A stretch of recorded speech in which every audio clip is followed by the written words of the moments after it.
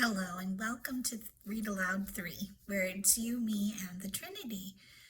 And I am so glad that you're here, and I'm so sorry that I have been missing in action for the past 3 days, it looks like, according to my channel, looking at when my last video was posted. I knew that I had neglected this for the last couple of days, but I didn't know it had been 3, and I had even lost track of time. So much that I had to be doing, and so you can see by the dark around my eyes that I've been very busy and kind of just from the beginning to the end of the day. So I haven't had the opportunity to do my videos, but I try my very best to make this the first thing that I do, and I'm going to have to tweak that a little bit to try and figure out the best time for me to do it for the next week or so, and then beyond as well. So let me get to what I'm here for, and I just wanted to give you that update because, it is important to me to read every day. I do my reading every day, but also to share the read through of the Bible with you. Here we are. 1 Chronicles chapter 19. In the course of time, Nahash, king of the Ammonites, died, and his son succeeded him as king. David thought, I will show kindness to Hanun, son of Nahash, because his father showed kindness to me. So David sent a delegation to express his sympathy to Hanun concerning his father. When David's envoys came to Hanun in the land of the Ammonites to express sympathy for him, the Ammonite commanders said to Hanun, do you think David is honoring your father by sending envoys to you to express sympathy? Haven't his envoys come to you only to explore and spy out the country and overthrow it? So Hanun seized David's envoys, shaved them, cut off their garments at the buttocks, and sent them away. When someone came and told David about the men, he sent messengers to meet them, for they were greatly humiliated. The king said, stay at Jericho till your beards have grown, and then come back. When the Ammonites realized that they had become obnoxious to David, Hanun and the Ammonites sent 1,000 talents of silver to hire chariots and charioteers from Aram, Naharaim, Aram, Makkah, and Zobah. So I'm going to pause here for a minute. I'm trying to kind of keep up with, who's zooming who here. But it says that Ammonites realized they had become obnoxious to David. I'm trying to figure out, David's the one who sent his men to Hanun in the land of the Ammonites to pay him respect. And then they mistreated the envoys that he sent because they didn't trust them, or they didn't trust David's intentions. And then someone came and told David about the men. He sent messengers. So he sent messengers out to meet those envoys because they'd been humiliated. And then he told them to what his message was, to stay in Jericho until your beards have grown, because I guess that was a way of being humiliated, I just think about, young men wanting to have that don the beard and or don the beard. I don't know what that word is, but anyway, as a sign of masculinity and maturity, I guess, in some ways, right? And so I was like, taking that off, I guess, is humiliating, or was in those days. And so let's see. And so when the Ammonites realized that they had become obnoxious to David, that's the next line, Hanun and the Ammonites sent 1,000 talents of silver to hired chariots and charioteers from Aram, Naharaim, Aram, Makkah, and Zobah. They hired 32,000 chariots and charioteers, as well as the king of Makkah with his troops, who came and camped near Medeba. So this is Hunan and the Ammonites, and it sounds like they're planning to attack. While the Ammonites were mustered from their towns and moved out for battle.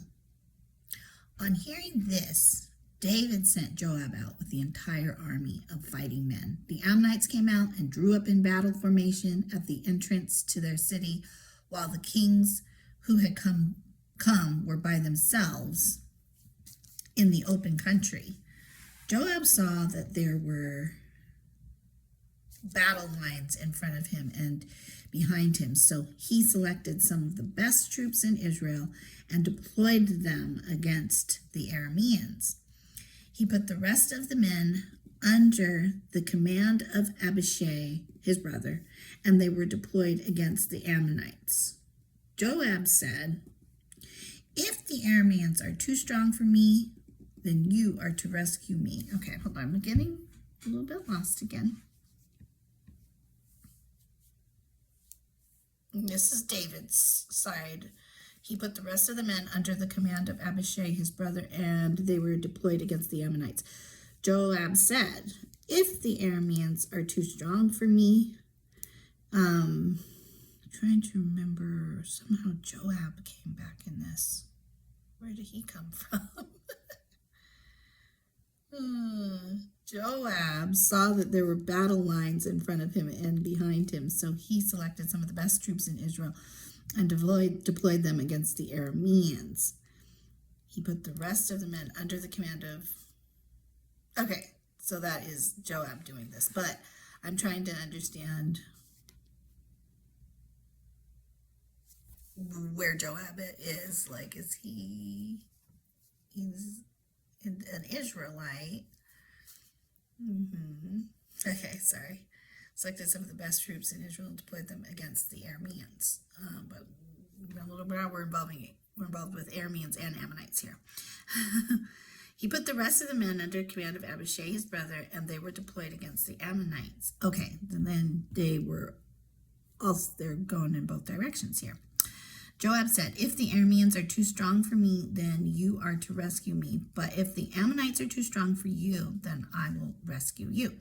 Okay, got it. This is kind of co-battling here. Then I will rescue you. Be strong and let us fight bravely for our people and the cities of our God. The Lord will do what is good in his sight. Then Joab and the troops with him advanced to fight the Arameans, and they fled before him. When the Ammonites realized that the Arameans were fleeing, they too fled before his brother Abishai and went inside the city. So Joab went back to Jerusalem. After the Arameans saw that they had been routed by Israel, they sent messengers and had Arameans brought from beyond the Euphrates River, with Shofak, the commander of Hadadezer's army, leading them. When David was told of this, he gathered all Israel and crossed the Jordan. He advanced against them and formed his battle lines opposite them. Okay. David formed his lines to meet the Arameans in battle, and they fought against him. But they fled before Israel, and David killed 7,000 of their charioteers and 40,000 of their foot soldiers. He also killed Shofak, the commander of their army. When the vassals of Hadadezer saw that they had been routed by Israel, they made peace with David and became subject to him. So the Arameans were not willing to help the Ammonites anymore. Okay. So here we are with this pretty intense battle plan that comes into play from an action where David was trying to do good to someone. And you know how it says when someone, what does it say in the Bible? Don't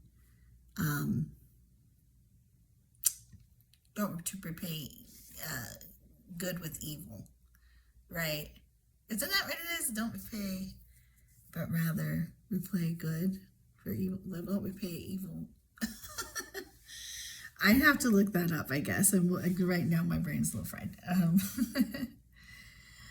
But that seems to be what happened. It was, his good action was returned by evil. So in this case, they are, they're making alliances and trying to fight on behalf of God. And the thing is, I say on behalf of God because, they are either, it came up somewhere in there where he said, be strong and let us fight bravely for our people and the cities of our God to, keep them standing. The Lord will do what is good in his sight.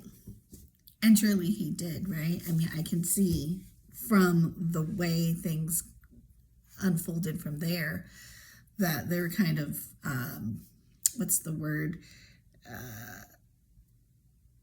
They were kind of thrown for a loop, and they ended up dispersing or, being defeated in a way that you wouldn't have expected. And then they weren't together anymore. The Arameans and the Ammonites, they'd been routed, whatever, that terminology exactly means. And they even made peace and voluntarily were subject to King David. So I think that this just really shows that,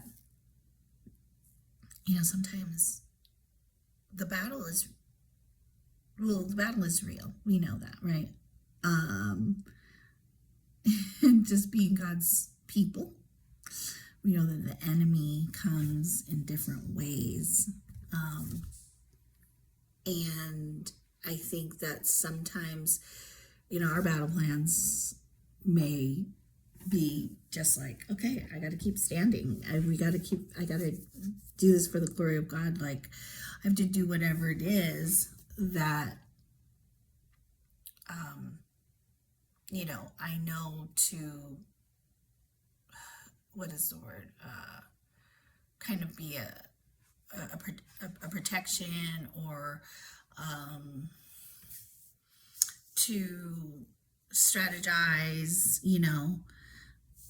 but all in all, when we are battling and doing the things that we need to do, when we see these fiery darts from the enemy, we need to be in communication with God, in communion with him. And we need to know, part of it is just the understanding that, yes, we're going to be strong and we're going to fight bravely for people in the cities of God, the Lord, but ultimately it will be the Lord who does the fighting in the battle. He will be the one who secures the victory. And he says the Lord will do what is good in his sight. And even if it isn't that the battle seems victorious at that time, because he will do what is good in his sight. So today is my Sabbath, and I'm dwelling on that God will do what is right in his sight. I'm going to be on his side of the battle lines. And I hope that you will too, by just coming to him, coming before him, giving him your acknowledgement, your worship, and your time, okay, today. And he'll make it clear, and he'll show you what to do, and he'll battle for you where there is need. That's his job.